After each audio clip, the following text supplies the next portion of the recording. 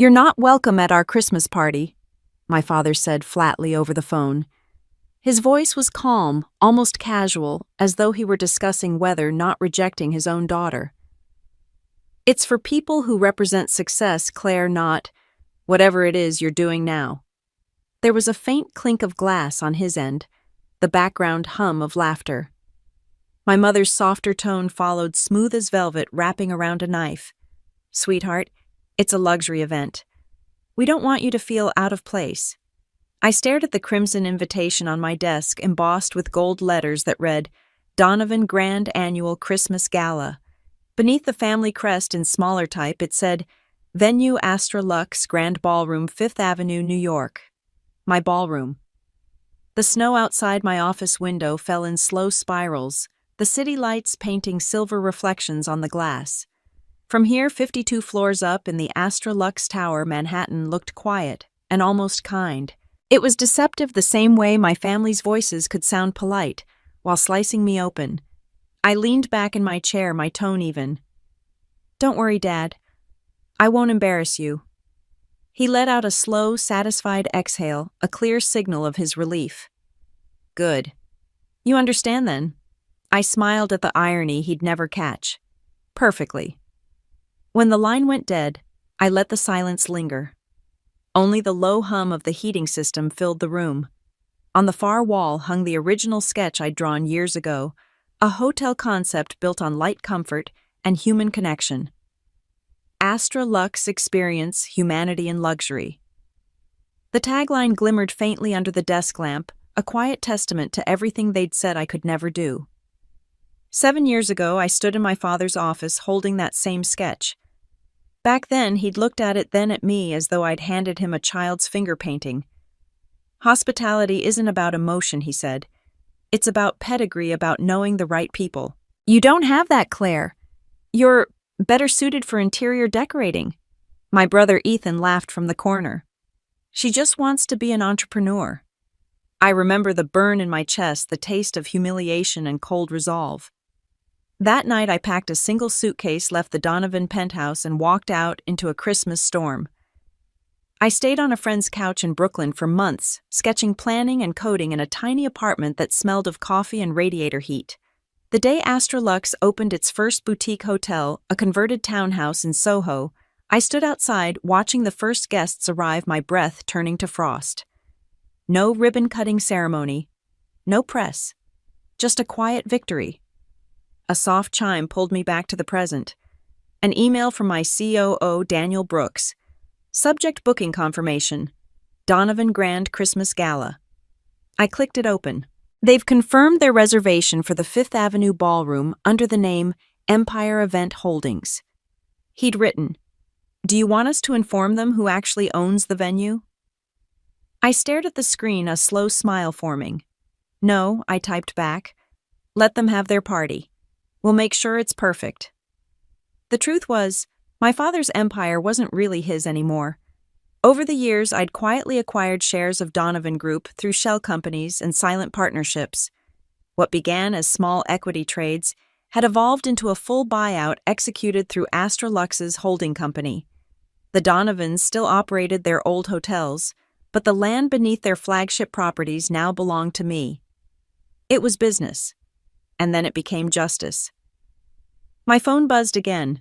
A message from my mother. "Ethan's bringing the CEO of a major European chain to the party. Very high profile. Please, darling, don't make things awkward by showing up uninvited." I exhaled softly through my nose. The words uninvited and awkward had followed me my entire life like shadows. The old ache stirred, but it didn't have claws anymore. It was just a memory. I rose from my chair and walked to the floor-to-ceiling windows, watching 5th Avenue pulse with holiday light. Below, I could see the banner being installed across my flagship hotel, Astra Lux Grand Christmas Experience. The Donovan family would celebrate their supposed prestige under my roof, surrounded by my staff, and serve champagne from my cellars. The thought didn't fill me with glee. It filled me with quiet balance, the kind of symmetry that made the world make sense again. The intercom beeped. "Ms. Donovan, the decorators are requesting approval for the ballroom centerpiece," my assistant said. Send me the mock-up. The image appeared on my tablet seconds later, cascading crystal chandeliers, white roses, and a golden star installation in the center of the room. Elegant, opulent. The kind of scene my parents lived for. Approved, I said. Then after a pause, and make sure there's a seat reserved at table 1 near the stage. For who, ma'am? For me. When I ended the call, I walked to the window again, tracing the rim of my coffee cup with one finger. A memory flickered my father lifting a glass at his last gala. The sound of laughter as he said, "To my son, Ethan, who embodies the Donovan name." And to Claire who, well, she'll find her place someday. They laughed, were polite and cruel. Tonight I whispered to the empty room I found at Dad. The elevator bell chimed in the distance, Daniel returning from a meeting. He poked his head in snow, dusting his coat. "You sure you want to go to that party?" he asked carefully. I turned toward him. "Yes." He raised an eyebrow. To confront them, I shook my head. "To host them." He studied me for a moment, then grinned. "That's cold." I smiled. "It's Christmas in New York." Cold is appropriate. Outside, the snow fell heavier now, wrapping the city in thick white. Somewhere across town, the Donovans were toasting their upcoming gala, blissfully unaware that every chandelier, every velvet chair, every inch of marble they'd brag about was mine. I owned the skyline that had once made me feel small. And when their so-called VIP guest arrived, the one Ethan couldn't stop boasting about, I'd be there. Not for vengeance, for truth. As I turned off the lights and stepped into the corridor, the golden Astrolux logo gleamed across the glass door. I whispered to it like an old friend. They told me to know my place. I smiled, stepping into the elevator as the doors slid shut. So I built a higher one. Growing up inside the Donovan mansion felt like living in a museum where the exhibits could talk and judge you. Every surface gleamed, every chair sat perfectly symmetrical, and every word that came out of my parents' mouths carried weight. The walls smelled like polished oak and expensive perfume. From the outside, we looked like the picture of success. Inside, everything was performance. At dinner, our table was long enough to seat 15, though it was usually just the 4 of us. My mother believed appearances were everything, even at home. Presentation reflects discipline, she used to say, while adjusting the silverware until it lined up with the edge of the plate. My father Richard always sat at the head, his posture straight as a column. My brother Ethan sat on his right, the heir apparent. I sat opposite him, quiet and visible, the family's necessary contrast. Dinner conversations weren't about sharing the day. They were status updates, scoreboards for achievement. So my mother would begin, her voice poised and expectant. What did everyone accomplish today? Ethan always went first. He had medals, awards, new contacts, something impressive every time. My father's proud nod was automatic. When it came to me, I'd hesitate, searching for something worthy. I redesigned the website for one of our smaller properties I'd offer. My father didn't even look up from his plate. Good. Keep busy. And that was it. A 2-word acknowledgement thinner than air. The first time I realized I was merely a shadow in my own family's home was at Christmas when I was 16. My father had just acquired a new hotel in Manhattan, and the holiday dinner became a press event. There were investors, journalists, and politicians all gathered in our ballroom-sized living room to toast the Donovan name. My mother floated through the crowd like a queen, her diamond earrings catching every flash of light. Ethan was paraded around like a trophy, shaking hands, giving polite smiles. I stood by the grand piano, dressed in a gown chosen for me, smiling when prompted, silent when ignored. At one point, a family friend, a well-known hotel critic, asked my father, "And this lovely young lady, following in your footsteps, Richard?" My father's chuckle was soft but sharp. "Claire." "Oh no, she's more artistic. She'll figure something out." Everyone laughed politely, including my mother.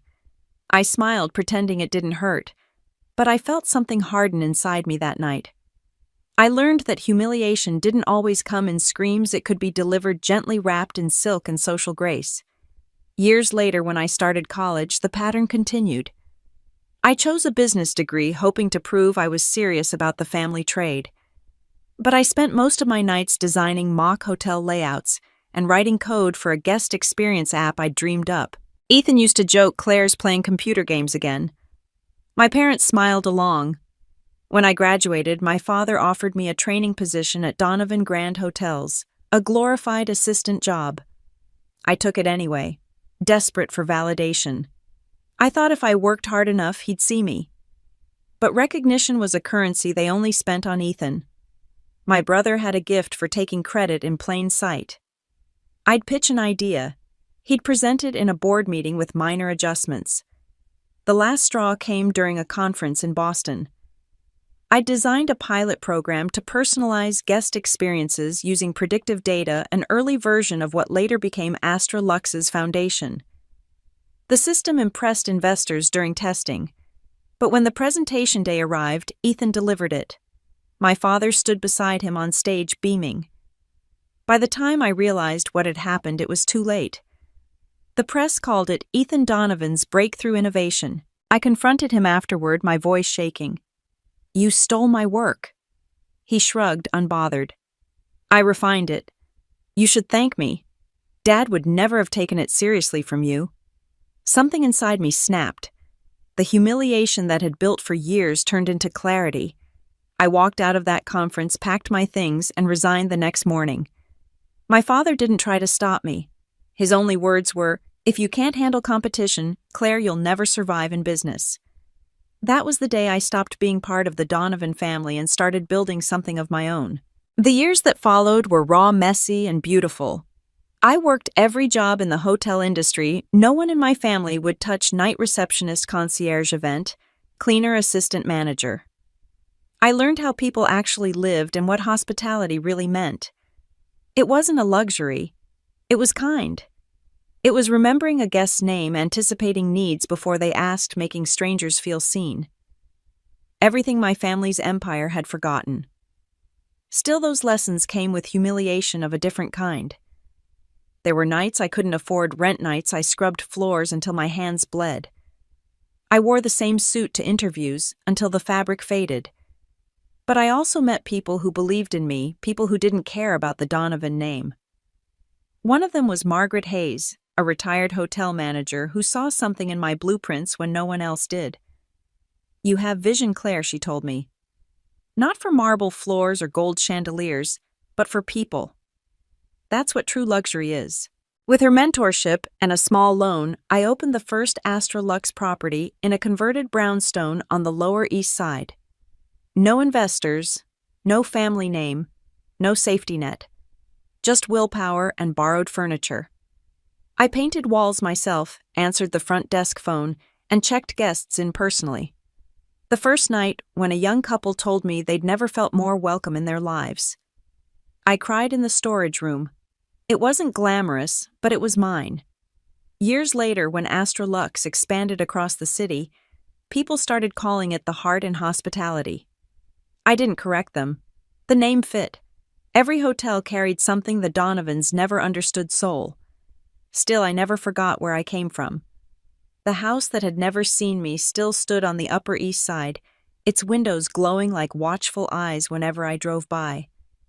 I never went in, but sometimes late at night I'd picture the dining table, the spotless plates, and my father at the head still asking the same question he always did. "So what did everyone accomplish today?" If he asked me that now, I think I'd answer softly, "Everything you said I couldn't." A week before the gala. Daniel stopped by my office again. He was holding the guest list for the Donovan Christmas party. "Looks like they've invited half of Wall Street," he said, half amused, half annoyed. "It's going to be a show." I scanned the list, my gaze pausing on one name, Laurent Moreau, CEO of Moreau Hospitality Group. The same man negotiating an international partnership with Astra Lux. Daniel noticed my expression. "Small world, huh? Smaller than they think," I replied. That night I couldn't sleep. The city glowed under the snowfall traffic lights, painting red reflections on the glass. My father's words replayed in my head, those same words that had once crushed me. "You'll never survive in business." I whispered into the dark, "Watch me." The house that never saw me would soon have no choice but to look. The invitation arrived the next morning by courier sealed in gold wax with the Donovan crest.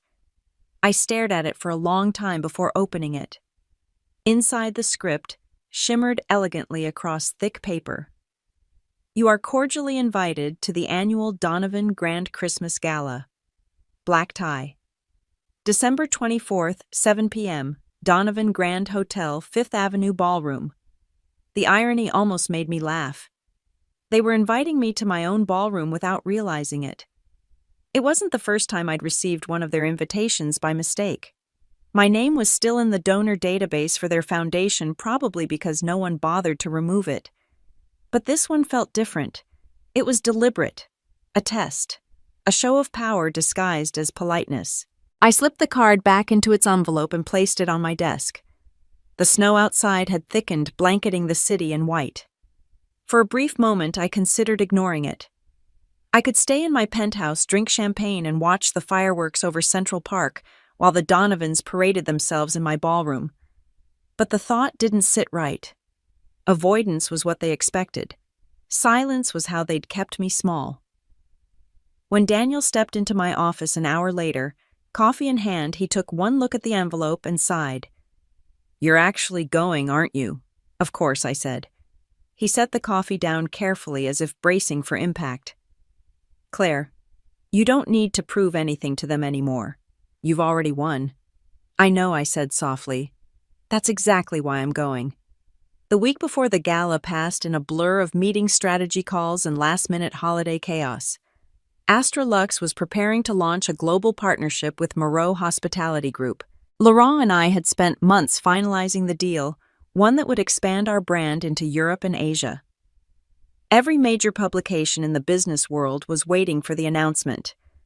Laurent called me 2 days before the gala. His voice carried the warmth of Paris and the sharpness of someone who saw through facades. "So, ma chère, I hear the Donovans are hosting their grand Christmas spectacle in your ballroom." I smiled. Word travels fast. I may have received an invitation. They seem very proud of this event. "Are you attending?" "Of course. I'd like to meet the family of the woman who just outmaneuvered half of Manhattan's hotel empire." For the first time in years, I felt a flicker of nerves. Laurent wasn't just an investor. He was a global figure, a man whose approval could change the trajectory of my company. And my family, oblivious as ever, believed he was coming to discuss a future partnership with them. That night, as I looked through the floor-to-ceiling windows of my apartment, the city below sparkled like broken glass. I thought about the Donovan name, the one that once defined me, now reduced to a brand of outdated luxury. My father still treated it like a holy relic. To him, family meant legacy. But legacy, I'd learned, meant nothing without integrity. When I was a child, he used to take Ethan and me to the grand openings of his hotels.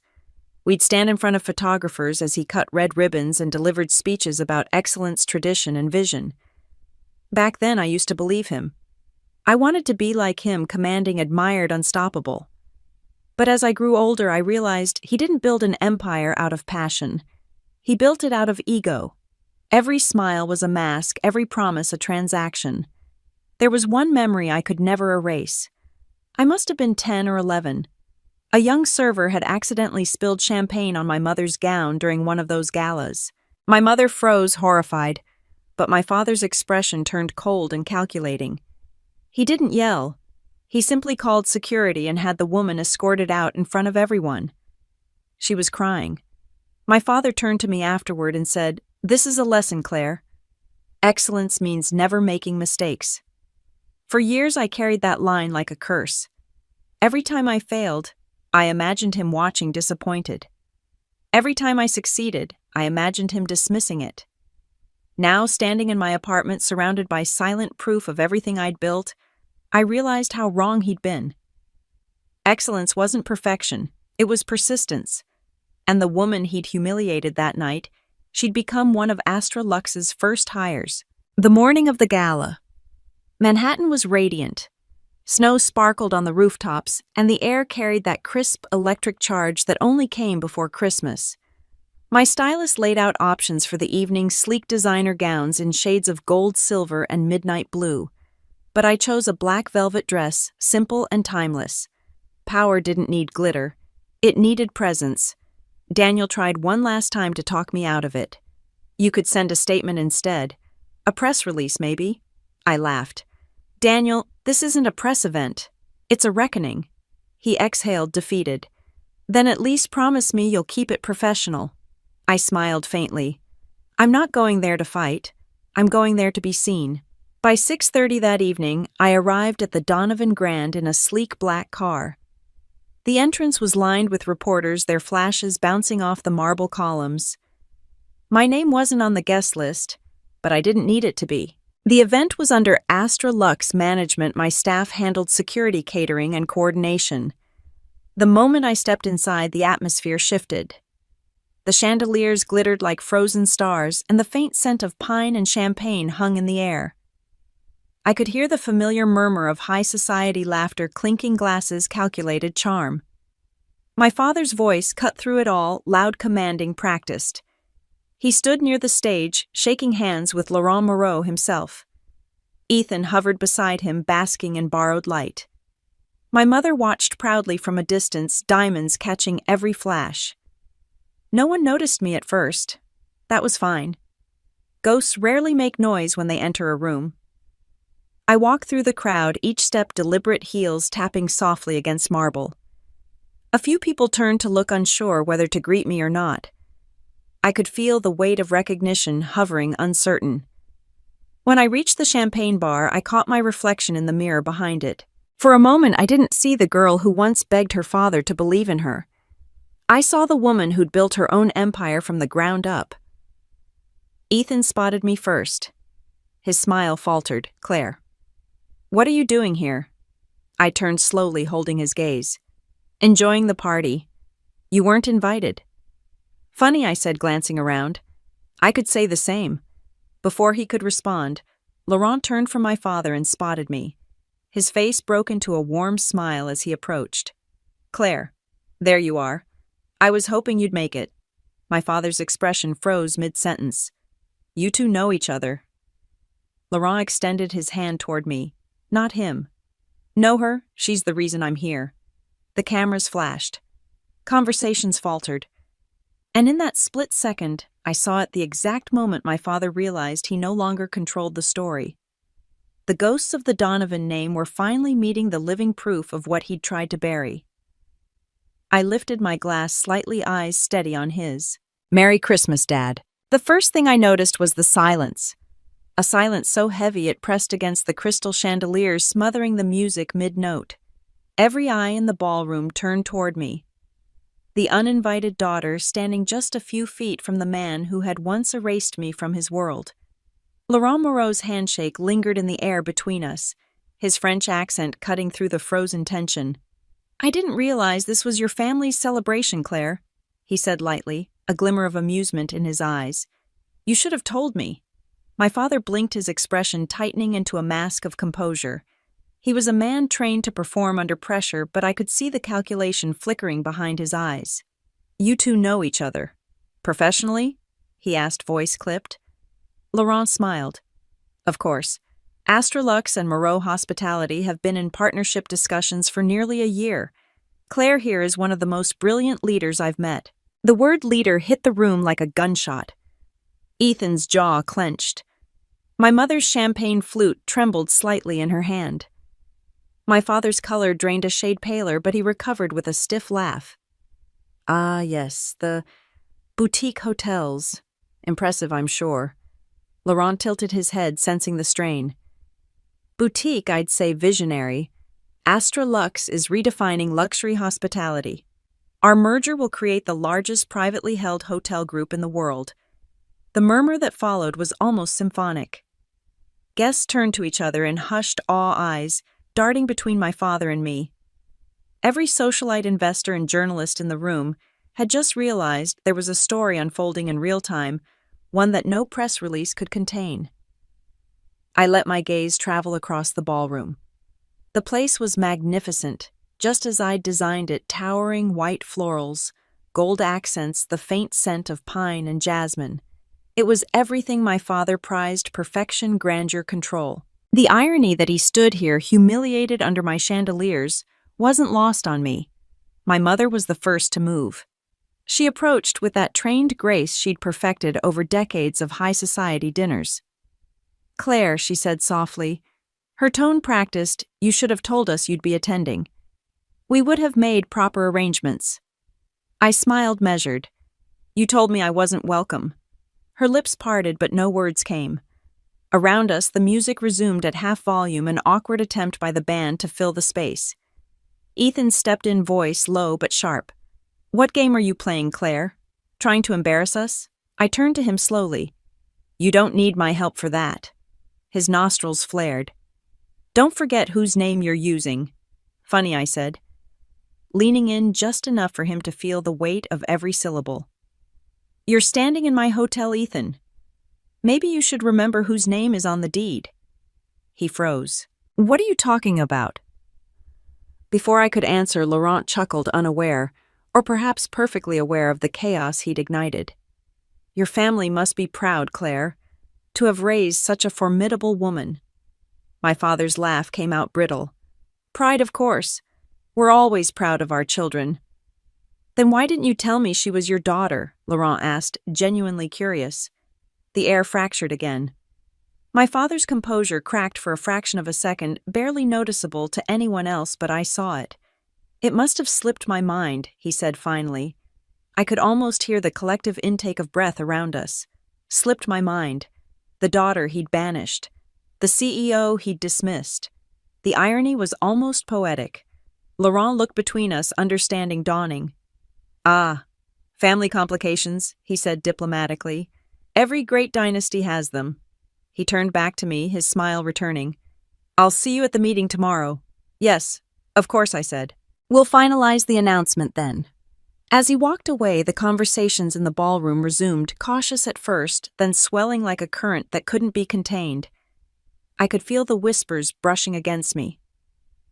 "She owns Astra Lux. She's the one partnering with Moreau." The Donovans didn't know. My father stepped closer, his voice low and cold. "What have you done?" "What you told me to," I said quietly. "I learned how to survive in business." He gripped my arm, his composure cracking further. "You've made a fool of this family." "No, Dad," I whispered, pulling free. "You did that when you decided your son was your only legacy." For a moment, neither of us moved. The orchestra shifted into a slow waltz, and the swirl of glittering gowns filled the space around us. But we might as well have been alone. My mother reached us, her eyes wet but controlled. "Claire, please let's not do this here." "Why not?" I asked softly. "You wanted a show. I'm just giving the audience what they came for." She looked at me, truly looked perhaps for the first time in years. "You've changed." "I had to." Ethan stepped forward, trying to reclaim ground. "All of this Astra Lux, the deal, it's temporary. You got lucky, that's all." "Luck," I said, a quiet laugh escaping. "You think luck built this? You think luck got me here while you were still hiding behind Dad's name?" His jaw tightened. "You always wanted to be better than us." "No," I said. "I just stopped wanting to be like you." My words hung in the air between us, sharp and clean. My mother reached for my arm again, but I stepped back. "Enjoy your party," I said, turning toward the exit. "You rented it fair and square." I'd almost reached the door when I heard Laurent's voice again from the stage. "Ladies and gentlemen," he announced before we continue the evening, "I'd like to make a special acknowledgement. Tonight I've had the pleasure of meeting the woman who represents the future of luxury hospitality. Please join me in recognizing the CEO of Astra Lux, Claire Donovan." The applause erupted instantly, waves of polite enthusiasm mixed with genuine astonishment. I froze for half a breath, then turned slowly. My father stood stone still, his expression unreadable, while Ethan looked like he'd been punched. My mother's eyes shone with tears she didn't let fall. I didn't step forward. I didn't bow or wave. I simply met Laurent's gaze and gave a small nod. The acknowledgement was enough. As the applause faded and the music swelled again, I slipped out of the ballroom, the echo of clapping hands following me down the corridor. Outside, the city glowed beneath a curtain of snow. Cars lined Fifth Avenue headlights, smearing across the wet pavement. I drew in a breath, cold and sharp, feeling something settle inside me, a strange mix of satisfaction and sorrow. Through the tall windows behind me, I could still see them, my father stiff and silent, my brother furious, my mother torn between shame and awe. The dynasty they'd built on pride and control had just crumbled beneath its own reflection. The doorman opened the glass doors as I stepped into the snow. "Leaving so soon, Ms. Donovan?" he asked politely. "Yes," I said, pulling my coat tighter. My family had enough hospitality for one night. And with that, I walked away from the ballroom of lies, leaving the ghosts to dance without me. The next morning, the city woke under a thin layer of frost, glittering and cold. I woke up to a storm. My phone buzzed nonstop, missed calls, messages, news alerts. Every business outlet in New York was running the same headline: Astra Lux CEO revealed as disinherited Donovan heiress. I didn't need to read the full articles. The pictures told enough. Someone had captured the exact moment Laurent had shaken my hand in the ballroom. My father's face was caught mid-expression, shock, disbelief, and something dangerously close to fear. By the time I reached the office, Daniel was already waiting in the conference room, 3 monitors filled with PR briefings. He looked up when I entered, his usual calm, replaced with a wary concern. "It's everywhere, Claire. Every news site, every financial podcast. The Donovans are trending." I took off my gloves and set them neatly on the table. "And Astra Lux." He hesitated. "Flawless. Investors love it. They think the hidden heiress narrative makes you sound like a mystery genius." I gave a small, humorless laugh. "Mystery genius. That's one way to rebrand childhood trauma." He didn't smile. "Your father's office called." "Of course it did. He wants to meet." "Privately." I looked out the window. Snow still clung to the glass, melting in streaks. "Set it for tomorrow morning.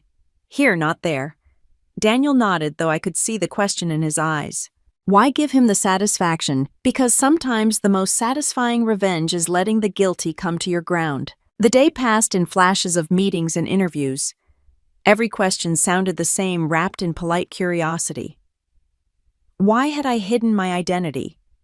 Did I plan to merge the Donovan and Astra brands? What did my family think? I gave the same answer to all of them. I didn't hide. I just built something they never bothered to look for. By evening, the adrenaline had faded, leaving only exhaustion. I took the elevator to the top floor. My private office dim, except for the warm glow of the city lights beyond. I stood there a long time, watching the reflection of New York shimmer on the window, wondering how something so bright could feel so hollow. When the intercom buzzed, I half expected Daniel again. Instead, the voice was softer, uncertain. "Ms. Donovan, there's a Mrs. Evelyn Donovan here to see you. She says she won't take long." For a moment, I couldn't breathe. "My mother." I told them to send her up. When the doors opened, she stepped inside, draped in a camel coat and pearls, looking like she'd walked straight out of a magazine cover from another era. Her eyes scanned the room, then landed on me. "It's beautiful," she said quietly. "You always had good taste." "I learned from the best," I said, unable to keep the edge from my voice. She winced. "I suppose I deserve that." I motioned for her to sit, but she remained standing, gloved hands twisting together. "I didn't come to defend your father," she began. "I came to understand." I folded my arms. "Understand what exactly? How did your husband spend a decade pretending I didn't exist? Or how you stood beside him while he did it?" Her gaze dropped to the floor. "You don't know what it was like. Richard, your father, he has a way of consuming everything around him. You either orbit him or you get burned." "I got both," I said. She looked up, eyes shining. "I thought I was protecting you, Claire. Keeping the peace. You were so young, so idealistic. I thought if I just waited, things would settle, that he'd come around. You waited 7 years." "Yes," she whispered. "And last night I realized what a fool that made me." Silence stretched between us, fragile as glass. For the first time in my life, my mother looked small. "Humans. I saw you on that stage," she said softly. "And I felt something I haven't felt in years. Pride. Not the kind you perform for the cameras. The kind that hurts. I turned away, blinking hard. You're only proud now that everyone else is. That's not fair. No, I said, voice low. What wasn't fair was the way you looked at me every Christmas like I was some reminder of your mistakes. What wasn't fair was watching Ethan take credit for my work while you smiled through it. She closed her eyes. You think I didn't know? You think I didn't see what he did? I just didn't know how to stop it without tearing the family apart. It was already broken, I said quietly. You just pretended it wasn't. She didn't argue. She simply nodded, tears slipping down her perfectly painted face. Then, almost timidly, she reached into her bag and placed something on my desk. It was the invitation, the same red card embossed with gold I'd received days ago. Only this one had a note scribbled on the back in my father's handwriting. To Claire. Don't make a scene. The same chill that had followed me out of that ballroom returned. My mother's voice trembled. He's furious, humiliated. But I think underneath it, he's scared. He's built his world on control, and you just took it away. I looked at the note again, my pulse steady. Then maybe it's time he learns what the real world looks like. She hesitated, then reached for my hand. Don't hate him forever, Claire. Whatever he is, he's still your father. I withdrew my hand gently. That's the problem, Mom. You all keep thinking that title means something. When she left, I stayed there long after the elevator doors closed, staring at the note until the ink blurred. The next morning, my father arrived. No entourage, no assistants, no press. Just him. He entered like he still owned the room. Old habits die hard. But the difference was clear this time. I was the one behind the desk. He didn't sit. You've made quite a mess, he said. I made a company, I replied. The mess was yours. He ignored that. Do you have any idea what you've done to our reputation? The Donovans are being ridiculed. Investors are nervous. The board. Your board, I interrupted. Not mine. His jaw tightened. We can fix this. Merge the brands, re-establish the family image. We present a united front, Donovan and Astra Lux together. I stared at him incredulous. After all this, you think I'd let you profit from my work? This isn't about profit, he said sharply. It's about legacy. I stood. Legacy is what you leave when you're gone, Dad. You're still here, and you've left nothing worth keeping. His eyes narrowed, the same eyes that once terrified me as a child. You ungrateful— No, I cut in my voice, steady, controlled. Just independent. For a long moment we stood there, two halves of a broken dynasty staring across a gulf of pride and regret. Finally he looked away, his voice quieter. You really don't need us anymore, do you? I shook my head. I never did. I just wanted you to see me. He opened his mouth, closed it again, then turned toward the door. Merry Christmas, Claire. Merry Christmas, Dad. When he was gone, the silence in the room felt different, lighter. For the first time in years, I wasn't defined by what they thought of me. That night, as snow began to fall again, I stepped onto the balcony overlooking the city. The lights shimmered below, reflections dancing off the glass towers that bore my company's name. The Donovans had built an empire on illusion. I had built one on truth. And now the masks had finally fallen. Somewhere beneath the hum of the city church bells rang for midnight mass. I closed my eyes, letting the sound wash over me. For once it didn't feel like an ending. It felt like freedom. The storm outside had turned Manhattan into glass. Every streetlight shimmered against snow that refused to melt, trapping the city in a kind of suspended stillness. From my office window, the skyline looked eternal. But I knew better. Nothing stays untouched once truth enters the room. By the time Christmas Day arrived, the Donovan name had become a cautionary tale in every business publication. Headlines rotated across my screens like a funeral procession of ego old money outshined by new vision. How Astra Lux rewrote hospitality. The heiress who outsmarted her family. I didn't feel victorious, just awake.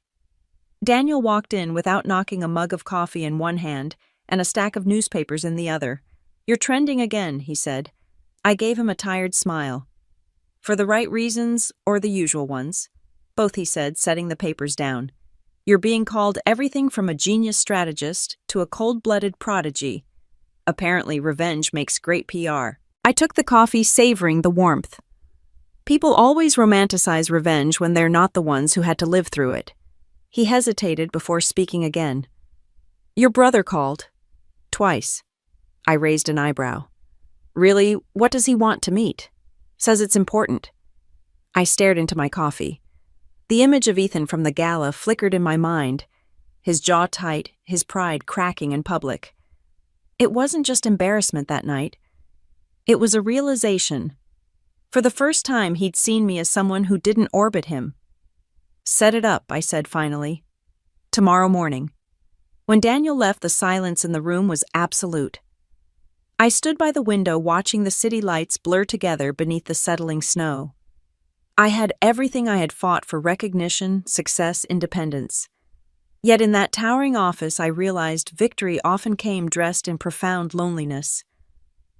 That night, I didn't go home. The emptiness of my penthouse felt worse than the cold resolve of my office. The next morning, Ethan arrived. He looked different, less polished, more human. No tailored arrogance, no performative confidence, just exhaustion. He held his coat like a shield as he stepped inside. You look good, he said awkwardly. So do you, I replied, though it wasn't true. His eyes were ringed with sleeplessness. He sat across from me, glancing around the office as if trying to make sense of the space. It's strange, he said. See you here. Like you belong on top of the world. I smiled faintly. Maybe I always did. He exhaled.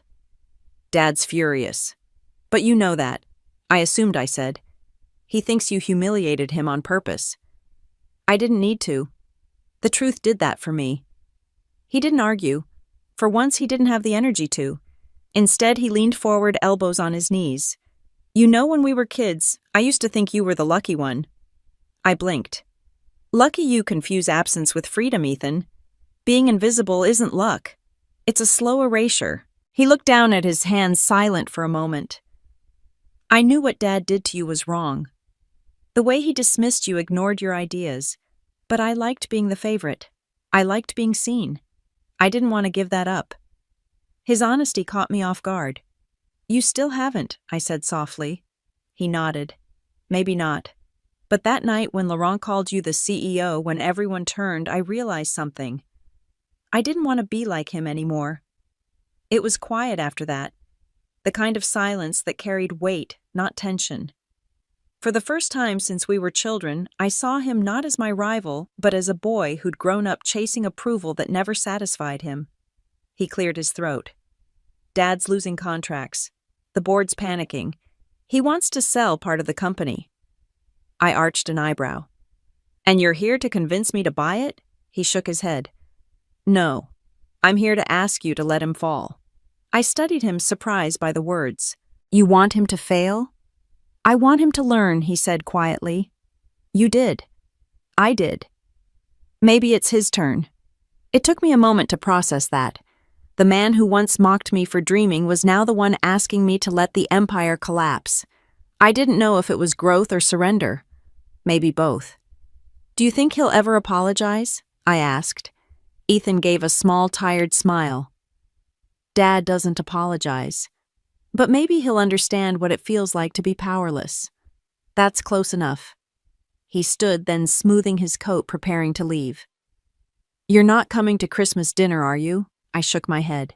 No, that house has enough ghosts without me. He nodded. Sophia and I are hosting something next week, quiet, no press. You should come. Maybe, I said. When he was gone, the office felt heavier and lighter all at once. The Donovan Empire was crumbling, but I wasn't the one holding the match anymore. Later that evening, as twilight bled into the skyline, I received a call from Laurent. Bonne soirée, Claire, he greeted cheerfully. I saw the headlines. The world now knows what I already did. You are extraordinary. Extraordinary comes with chaos, I said. Ah, he chuckled. But chaos is the proof of change. The world rarely transforms quietly. He paused, his tone softening.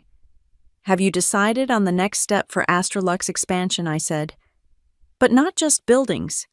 I want mentorship programs, education for hospitality workers, scholarships for women in business. I don't want to build bigger, I want to build better. He laughed warmly. You sound like someone who has finally found peace. Not peace, I said. Purpose. After the call, I stood at the window again. Below the city moved on as it always did. People hailed cabs, hurried across crosswalks, laughed under umbrellas. Life didn't care about scandal. It just kept going. For the first time, I felt like I could too. I reached into my desk drawer and pulled out the old family invitation, the one I'd kept creased and faded. For years it had symbolized rejection. Now it was just paper. I tore it neatly in half, then again, until the golden letters disappeared into a small pile of red confetti on my desk. Outside, the snow began to fall again, soft and soundless.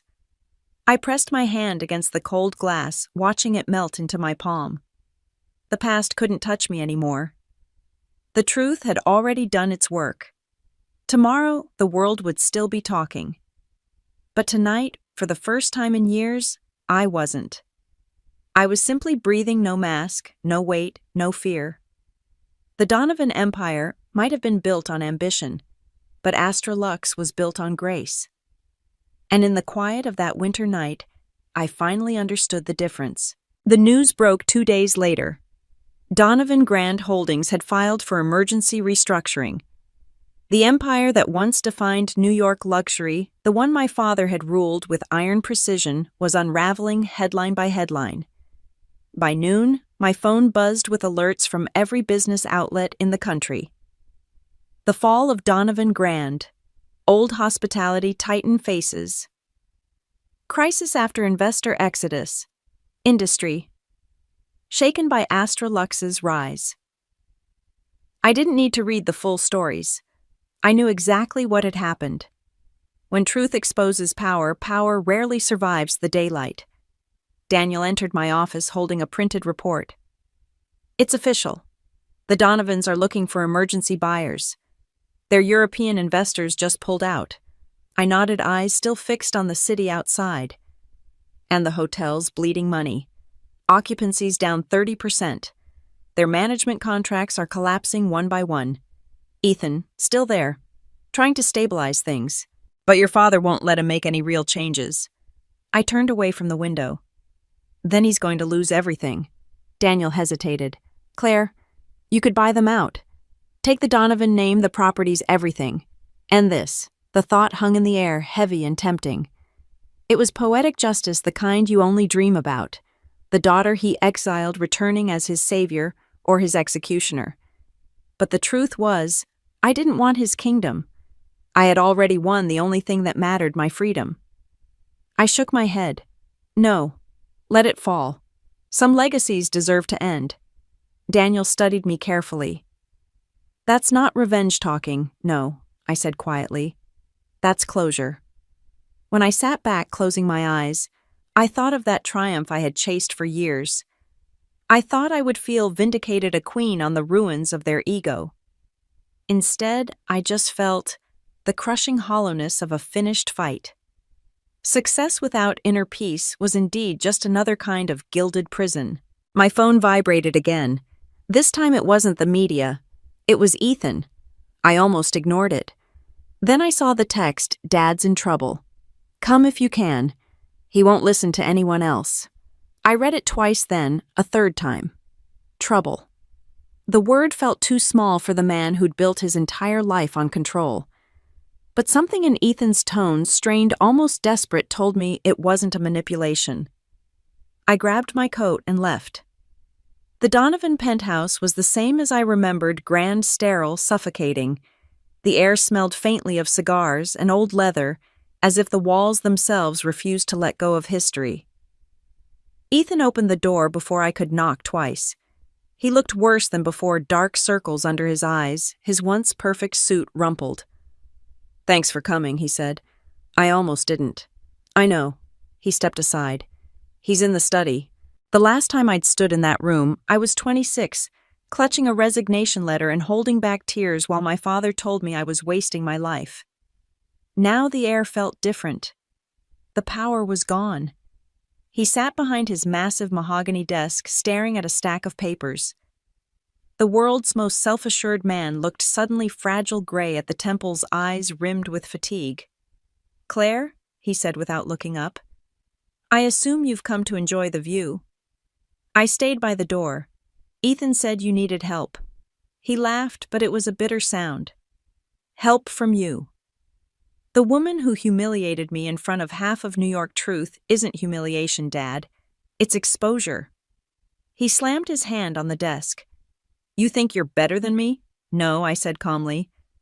"I think I'm different. That's why I survived what you built." His glare softened just slightly. "You always had your mother's stubbornness." "Funny," I said. "You never seemed to like it when she used it." He stood the movement slower than I remembered and walked to the window overlooking Fifth Avenue. Snow was falling again, the same slow, endless drift as that night 7 years ago when I walked out of this house. "I built this family name from nothing," he said. "And now you've turned it into a punchline." "No, Dad," I replied quietly. "You did that when you decided pride mattered more than people." He turned toward me, and for the first time I saw something raw in his eyes: fear. "You think they'll remember you kindly, Claire?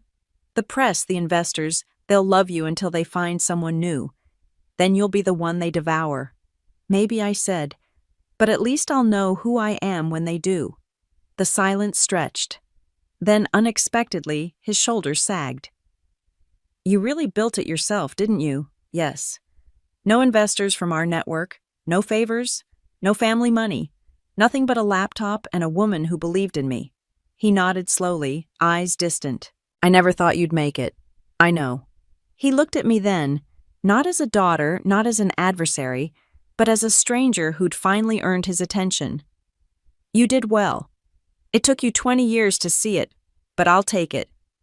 Ethan entered quietly, carrying 2 glasses of whiskey. He handed one to me, one to our father. "We might as well toast," he said dryly, "to what my father asked." "To survive," I said. We stood there, 3 Donovans framed against a skyline that no longer belonged to us. The snow fell outside, soft and endless. When I left that night, Ethan walked me to the elevator. "He won't say it, but you shook something loose in him," he said. "For the first time, I think he sees the cost of everything he built." "Maybe that's enough." "Maybe," he said. Then he gave a small, rueful smile. "You know, if you ever decide to buy us out, I won't stop you." "I know." "Would you?" I smiled faintly. "No. Some ruins should stay ruins." Outside, the cold bit through my coat, but I didn't rush to the car. The air was sharp alive. Across the street, the lights from Astra Lux shimmered like a promise. As I watched, a thought settled over me like the falling snow. Empires rise on ambition, but fall on pride. My father's fall had taught me that power without empathy is rot disguised as gold. The next morning, business went on. Astra Lux opened 3 new properties that quarter. Our European partnership was finalized ahead of schedule. The press began calling me the new face of American hospitality. But what mattered most wasn't the title. It was walking past the mirror every morning and recognizing the woman staring back. Not the forgotten daughter, not the outcast, just Claire Donovan, whole, unburdened, and finally free from the empire that had collapsed so she could build her own. And as the year turned, I realized something else. Revenge had never been the ending.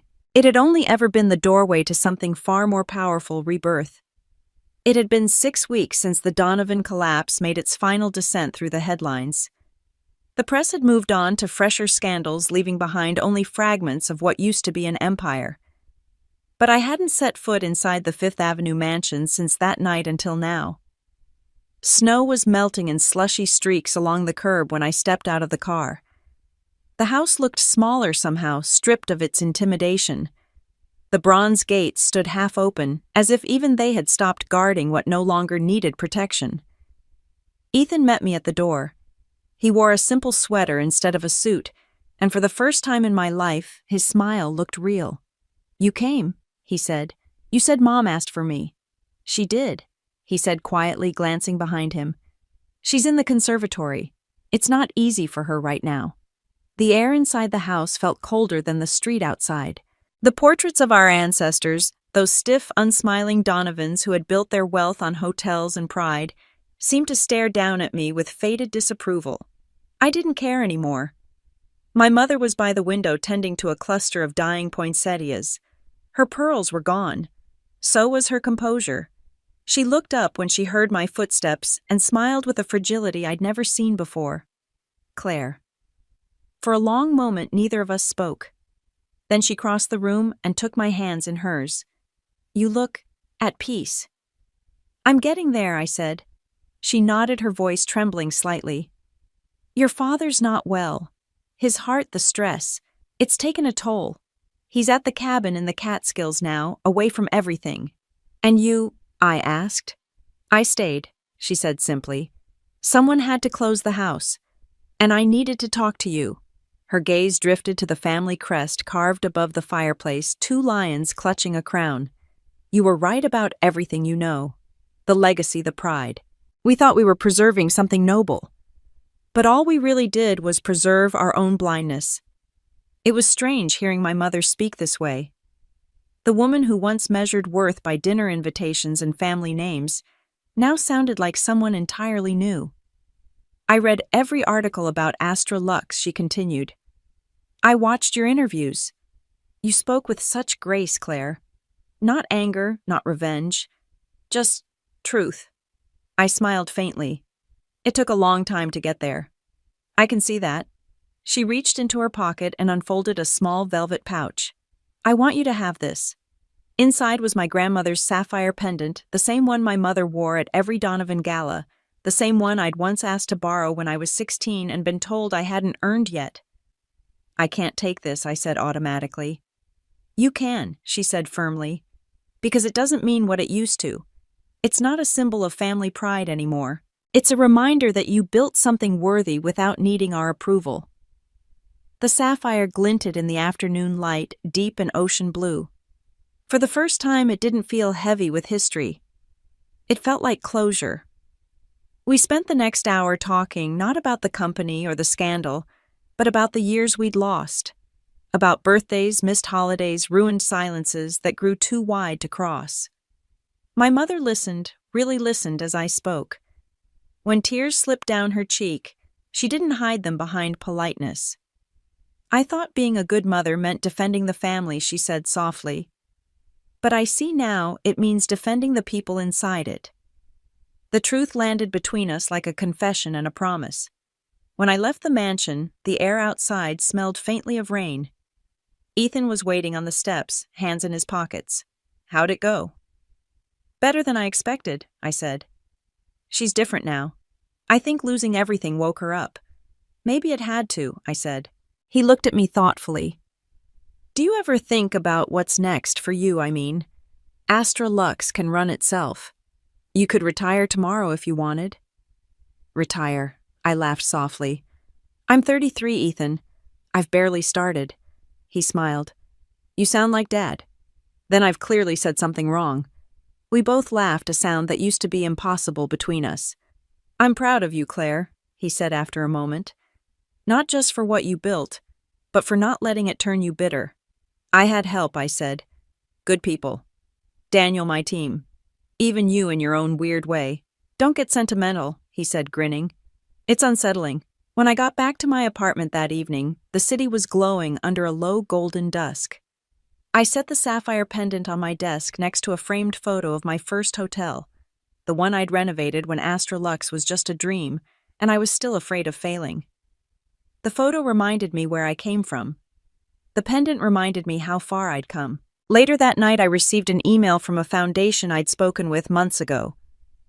They were inviting Astra Lux to partner on a mentorship program for women in hospitality leadership. I clicked accept without hesitation. The next morning, I stood before my team at headquarters, the sun pouring through floor-to-ceiling windows. "We're expanding," I said. looking out at their faces, young, determined, hopeful. But not just our hotels. Our reach. Our purpose. We're going to teach what we've learned to build something bigger than a brand. A legacy built on empathy, not ego. Applause filled the room, warm and genuine. After the meeting, Daniel lingered by my office door. "Are you sure you're ready to mentor others?" he teased. "I've made enough mistakes for 10 lifetimes," I said with a smile. "Might as well let someone learn from them." That night I walked through the lobby of our newest property, the Astra Lux Manhattan Tower. Chandeliers shimmered above a marble floor, the scent of cedar and winter roses drifting through the air. Guests laughed by the bar. It was everything I dreamed of when I first sketched plans in a notebook years ago. As I stood there, a woman in her 20s approached me nervously. "Excuse me," she said. "Are you Claire Donovan?" "Yes." She smiled shyly. "I just wanted to say thank you. I started studying hospitality because of your story. You made me believe I could build something on my own." For a moment I couldn't speak. Then I simply nodded. "Keep going," I said softly. "The world always needs more builders." When she walked away, I glanced up at the mirrored ceiling at the reflection of the woman I had become. The forgotten daughter, the uninvited guest now standing in the very kind of ballroom that once rejected her. Only this time, I didn't need anyone's permission to be there. Outside, snow began to fall again, swirling gently past the glass walls of Astra Lux. And for the first time since that night on Fifth Avenue, I realized some returns aren't about going back. They're about reclaiming the space you were never meant to lose. The invitation arrived in late February, embossed with gold, and sealed with a crest I knew too well. "The Donovans request your presence at a private family dinner." For a full minute I just stared at it. The irony was almost poetic. After years of being told I wasn't welcome now, they were the ones asking for a seat at my table. I placed the envelope on my desk next to the sapphire pendant and tried to ignore the mix of emotions twisting in my chest. Curiosity, hesitation, a faint pulse of something like forgiveness or maybe just fatigue. When Daniel walked in a few minutes later, he immediately noticed the invitation. "That looks formal," he said. "It's from my family. Christmas déjà vu." "More like an encore performance," I said. He leaned against the desk, arms folded. "You don't owe them anything, Claire." "I know. So you're not going." I sighed. "I didn't say that." He raised an eyebrow. "Why would you—" "Because unfinished business doesn't stay unfinished forever. It just waits." The dinner was set for Saturday evening at the old Donovan estate in the Catskills, the same place where my father had retreated after the collapse. A small, intimate gathering, the card said. I doubted that. The Donovans didn't do intimate things. They orchestrated. Still, a part of me wanted to see it with my own eyes. The house that had once been the stage for their triumphs, now quiet with consequence. When the night came, the drive north was long and silent. The snow had melted into rain, the highway slick with reflections. By the time I reached the estate, twilight had settled into a gray hush. The mansion loomed against the hills, its grand facade dimly lit. The last time I'd seen it, photographers had lined the driveway for charity galas and press events. Tonight there were no cameras, just the sound of rain hitting the cobblestones. Ethan greeted me at the door. "You came," he said with a cautious smile. "Seems to be my line lately. Thanks for not ghosting us." "Don't thank me yet." The dining room was smaller than I remembered the table set for 5. My father sat at the head, paler than before, a faint tremor in his hands. My mother sat beside him, her composure steady, but her eyes soft. "Claire," my father said, standing as I entered. "It's good of you to come." "Wasn't sure I should," I said honestly. He nodded as if he'd expected that. "Sit, please." Dinner began in awkward silence. The only sounds were the clink of silverware and the soft crackle of the fire. For years, this room had been filled with conversation mostly about profits, expansions, and social events. Tonight, it felt like a confession waiting to happen. It was my mother who finally spoke. Your father wanted this, she said gently. He has something to say. My father's fork paused midair. For a moment, he didn't look at me. Then, with visible effort, he did. I've been reading about Astra Lux, he said. The mentorship program, the new expansion in London. Impressive work. Thank you, I said carefully. He cleared his throat. You were right. About everything. I built this family around pride, not people. And I punished you for being the only one brave enough to leave it. The words landed like thunder, quiet but impossible to ignore. For years I'd imagined an apology, but I'd never expected to hear one. He went on, voice rough. When I told you that you weren't welcome at that Christmas party, I thought I was protecting our reputation. But all I was protecting was my ego. I see that now. For the first time in a long time, I saw him not as a tyrant, but as a man unraveling under the weight of his own mistakes. I don't expect forgiveness, he said, but I wanted you to know I'm proud of what you've done. The silence that followed was thick with emotion I couldn't name. My mother reached over, covering his trembling hand with hers. Ethan stared down at his plate, eyes glassy. I didn't come here for apologies, I said finally, but I appreciate it. He nodded, the corners of his mouth twitching into a faint smile. Your mother says you're expanding into education programs. I am, I said. Scholarships for women in hospitality. Leadership training. Real change starts where opportunity's been missing. He nodded again, slower this time. Good. Make something that lasts. I intend to, I said quietly. After dinner, we moved to the sitting room. The rain had stopped, leaving the windows streaked with silver. My father sat in his favorite chair, looking smaller than I'd ever seen him. Do you remember? He said suddenly, when you were 16 and begged to redesign the hotel lobby in Chicago. I laughed softly. You told me it wasn't a playground. He smiled faintly. Turns out you redesigned an industry instead. For a long time, we didn't speak. We just sat there. No arguments, no resentment. Just a fragile peace built from shared exhaustion.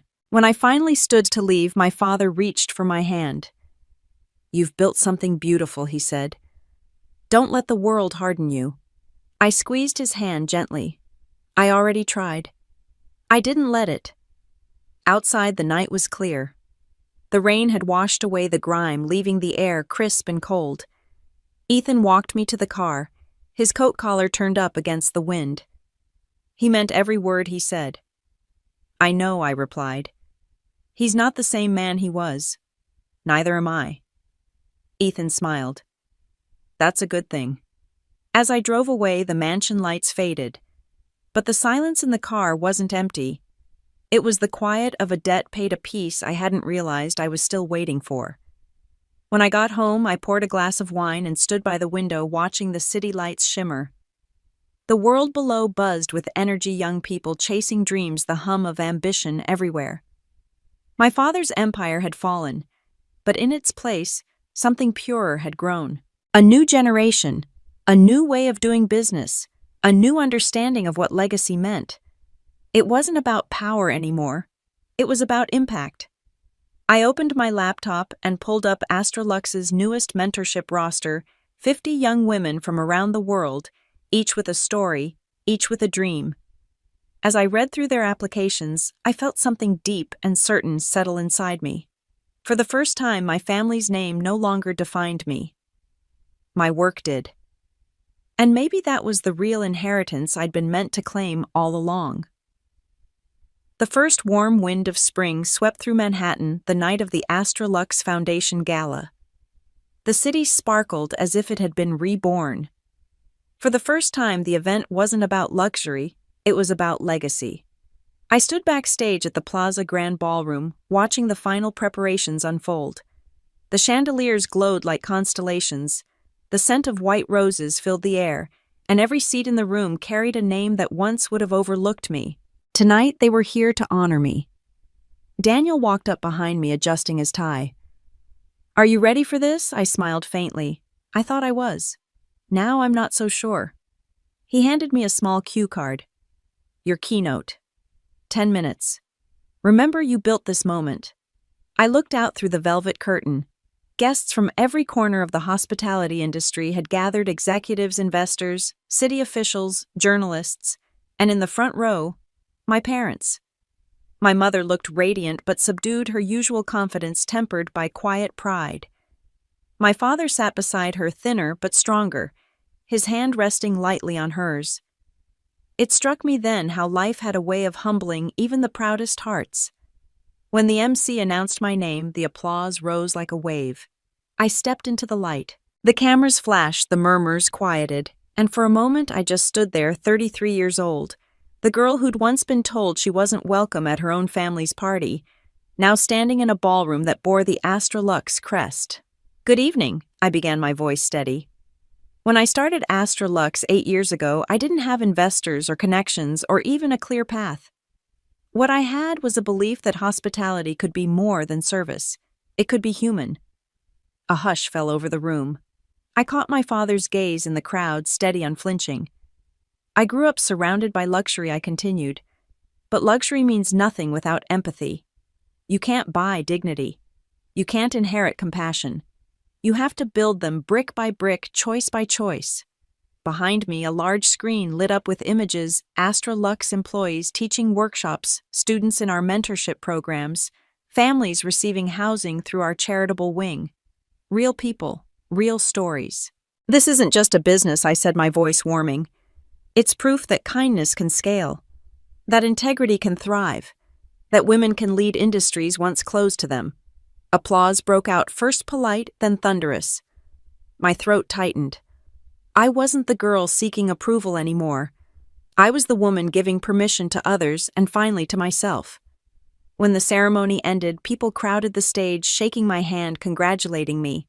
I smiled through it all, gracious and grounded. But when I finally spotted my parents waiting near the edge of the crowd, everything else faded. My father approached first. "You were extraordinary," he said, his voice low. "I learned from the best," I replied. Then added softly, "and the worst." He gave a quiet, rueful laugh. "Fair enough." My mother embraced me, whispering, "You made us proud, Claire." "I didn't do it for that," I said gently. "But thank you." Nearby, Ethan appeared with his fiancée, Sophia, graceful, confident, and warm. "You've built something incredible," Sophia said. "You're redefining what leadership looks like. Maybe just reminding people what it should have been all along," I said. As the orchestra began to play, I excused myself and stepped outside onto the terrace. The city stretched out below, alive and endless. The cool air carried the hum of traffic, the pulse of possibility. Daniel joined me after a moment, holding 2 glasses of champagne. "To the next chapter of Astra Lux," he proposed. I took the glass. "To build a future that needs no invitation." We clinked glasses, the soft chime almost lost in the wind. For a long time, we just stood there watching the lights flicker against the Hudson. Inside, the gala carried on: music, laughter, champagne. But out here, the night belonged to peace. Later, as I prepared to leave, my father caught up to me by the exit. "Claire," he said, "may I ask you something?" "Of course." "What made you finally forgive us?" I studied his face, older now, softened, still proud but human. "You stopped asking for control," I said, "and started asking for understanding." That was enough. He nodded, the faintest smile touching his lips. "I don't deserve your forgiveness." "Maybe not," I said gently, "but you earned your place at the table again." He hesitated, then pulled a small envelope from his coat pocket. "I had this made," he said, "for Astra Lux's archives. A memento." Inside was a photograph from the night of the Donovan Christmas party, the night he'd told me I wasn't welcome. But in this photo, someone had edited the caption. The original headline had read, "Donovan heir celebrates family success." Now it said in gold lettering, "Donovan daughter builds her own legacy." I looked up, unable to hide my surprise. "I thought you'd like it better this way," he said quietly. I smiled. "I do." As he turned to leave, I called after him, "Dad." He stopped. "Thank you for finally seeing me." He nodded once, and then he was gone. When I returned home that night, I placed the edited photograph beside the sapphire pendant on my dresser. One symbol of the past, one of transformation. I stared at them for a long time, before realizing something simple but profound. Forgiveness wasn't about letting someone back in. It was about letting the pain out. Outside, the city buzzed on, unaware of the quiet revolutions happening in small corners of human hearts.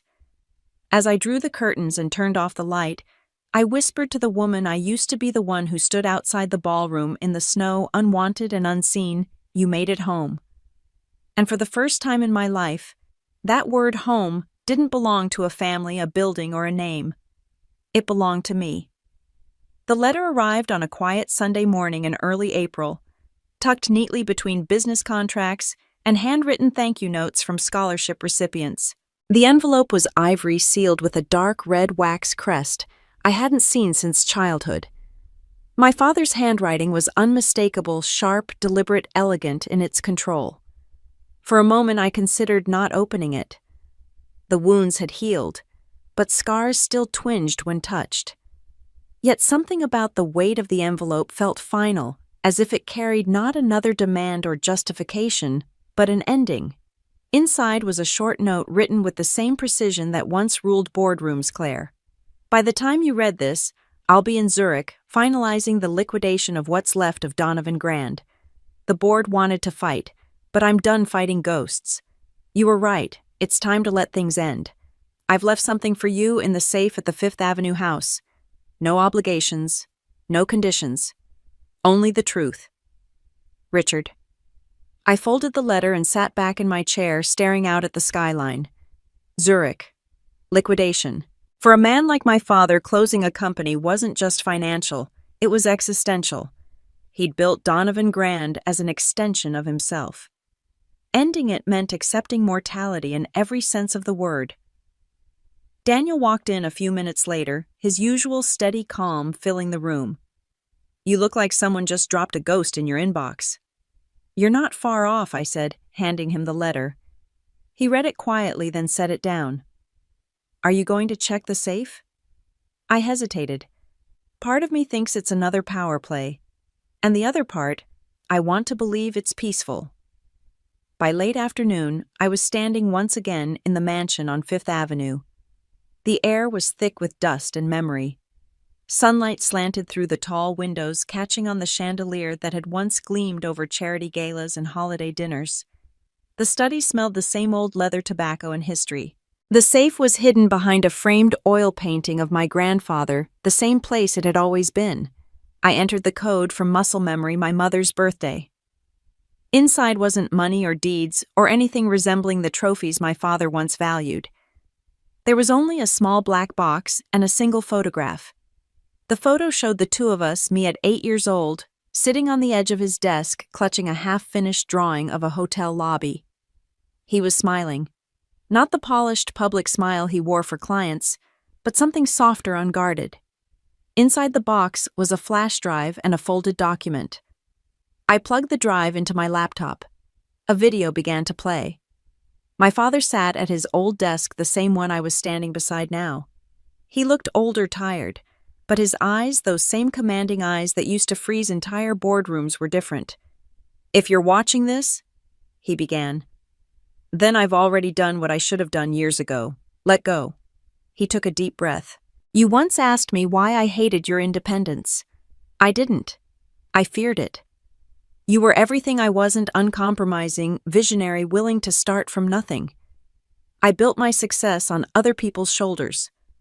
You built yours on integrity. I couldn't understand it, and what I can understand I've always tried to control." He paused, looking away for a moment.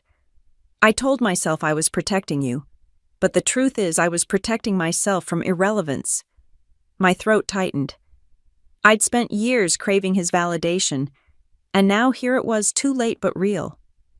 "I saw the woman you became," he said, his voice quieter now. "The one who stood in that ballroom and reminded the world what leadership truly means. I thought I was watching my daughter, but I was really watching the future. You didn't just carry the Donovan legacy forward, you redefined it." He gave a small, weary smile. "So here's what I've left you. Not money, not property. Those things vanish. What lasts is vision. The attached document transfers the last remaining shares of the Donovan brand name to Astra Lux, under one condition that it never be used for profit, only mentorship. I gasped softly, tears stinging my eyes. He continued, "Let the name that once stood for ego now stand for empowerment. Let the Donovans finally build something that gives instead of takes." He leaned closer to the camera. "And Claire, thank you for being braver than I ever was." The video ended. The screen went black, and for a long time the only sound in the room was the faint hum of the city outside.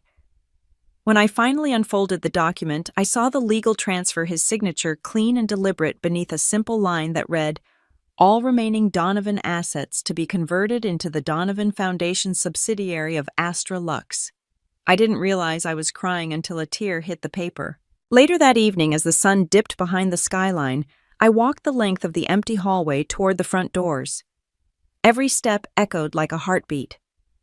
I paused once more in the foyer, looking up at the grand staircase, remembering all the nights I'd climbed it in silence, unseen, unheard. This time I walked out standing tall. When I returned to the Astra Lux headquarters, Daniel was waiting. So he asked softly. "He gave it back," I said. "Gave what back?" "Our name.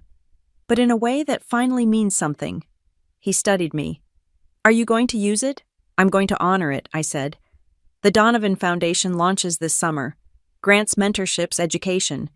We'll rebuild the industry not for the wealthy, but for the worthy." Daniel smiled.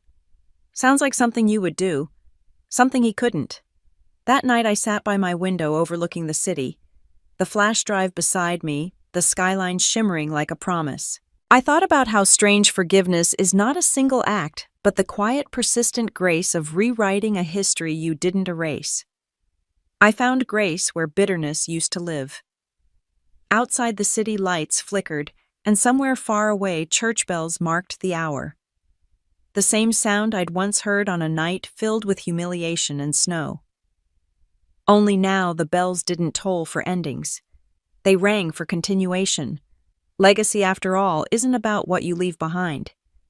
It's about what you allow to grow once you finally let go. Snow fell on Manhattan again, soft and unhurried, the same way it had that night years ago when I was told I wasn't welcome. But this year, the lights glowed warmer, and for the first time in a long time, I didn't feel like an outsider looking in. The Astra Lux headquarters had been transformed into something magical. Twinkling lights framed the glass walls, garlands draped along the grand staircase, and the lobby buzzed with laughter. Our first annual Astra Lux Christmas Gala wasn't about prestige or profit, it was about gratitude. "Everything's ready," Daniel said, stepping beside me as I surveyed the scene. "The press is outside, but tonight feels different, doesn't it?" I smiled. "That's because it is. We're not celebrating success. We're celebrating people." Our employees, mentors, scholarship recipients, and their families filled the room, faces from every corner of the country, each carrying their own story. At the center of it all stood the new sign we had unveiled just that morning, the Donovan Foundation for Women in Hospitality. When the applause faded, I took the microphone. "A few years ago, I wasn't invited to a Christmas party. Tonight, I'm hosting one. And it's open to everyone who's ever been told they didn't belong." The crowd laughed softly, the kind of laugh that carries understanding instead of pity. "Every success you see here," I continued, "is built on the strength of people who dared to dream despite rejection. We've turned humiliation into hope, failure into foundation. And I couldn't have done any of it without all of you." Applause rose again, echoing through the glass atrium. Out of the corner of my eye, I saw my mother wiping a tear. My father, standing beside her, nodded once, a gesture that carried the weight of a lifetime's apology. After the speeches, the music began. A jazz band played soft Christmas standards, and the scent of pine and cinnamon floated through the air. Guests mingled near the fireplace while snowflakes drifted down the tall windows. Ethan approached, balancing 2 glasses of champagne. "You did it again," he said. "Did what? Made the impossible look easy." I laughed. "That's the trick, isn't it? Never let them see the messy parts." He grinned. Mom says you've turned into the family's moral compass. That's terrifying, I said. Maybe. But it's also true. Sophia joined us, her hand looped through Ethan's arm. You know your father's been talking to guests about mentorship programs all night. He even asked if we'd sponsor one together. I smiled, surprised. He did. She nodded. He said, and I quote, "My daughter taught me that real power is giving it away." Something inside me softened. For years I'd believed reconciliation would feel dramatic, a grand gesture, a tearful embrace. But this quiet integration, this shared effort towards something good, felt more genuine than any apology could. Later I found my father near the foundation's display wall studying the photos of young women who had received our scholarships. "They're remarkable," he said quietly. "You've given them a chance I never thought to give you." I met his gaze. "You gave me something too, Dad. A reason to do better." He nodded slowly. "I was wrong about what legacy meant. So was I." I admitted. "I thought it was about proving I didn't need you. Turns out, it's about creating something worth passing on." For the first time we stood together, not as adversaries or opposites, but as equals, two people who had finally learned the same lesson in different ways. As the evening went on, laughter filled every corner. Cameras flashed, champagne flowed, and the city outside shimmered like a promise kept. Yet amid the glitter and conversation, a quiet moment drew my attention. Near the window, one of our scholarship students, a young woman from Detroit named Lila, was talking with a guest from the Horizon Group. Her excitement was radiant. I recognized the look in her eyes. It was the same look I'd once had when opportunity had finally found me. Daniel joined me again. "She's the first in her family to graduate college," he said. "Next year, she's managing our Boston property." "Good," I said softly. "She deserves it." He watched me for a moment. "You do realize what you've done, right? You've rewritten your family story." "Not rewritten," I said. "Just finished it properly." The night wound down slowly, guests drifting home under the snowfall.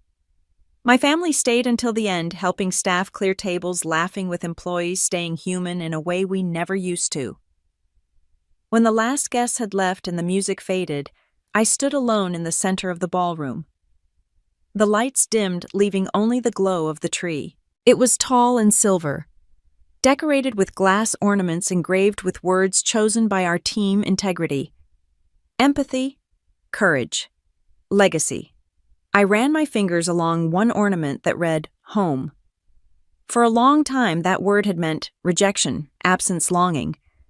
But now, standing in a room filled with everything I'd built from nothing, I finally understood what it meant. Home wasn't a mansion on Fifth Avenue. It wasn't a name carved into marble. It was this people gathered in warmth, laughter echoing against the walls, forgiveness melting old wounds into something whole. I turned off the last set of lights and walked outside. Snow dusted my hair and shoulders as the city glowed beneath the night sky. Across the street, the reflection of Astra Lux's logo shimmered in a puddle, two intertwined initials, no longer just mine, but everyone's. I took a deep breath and smiled. The air was cold, clean, full of promise. Once I had stood in a similar snowfall, told that I didn't belong. Tonight I walk through the same kind of night as the woman who built a place where everyone did. That was my revenge. That was my redemption. And as I disappeared into the New York winter, I whispered to the city that had witnessed it all, every wound, every triumph, every rebirth. Thank you for teaching me that the best revenge is peace. Then for the first time I laughed, light-free, unguarded. Because the story was no longer about proving anything. It was about living it.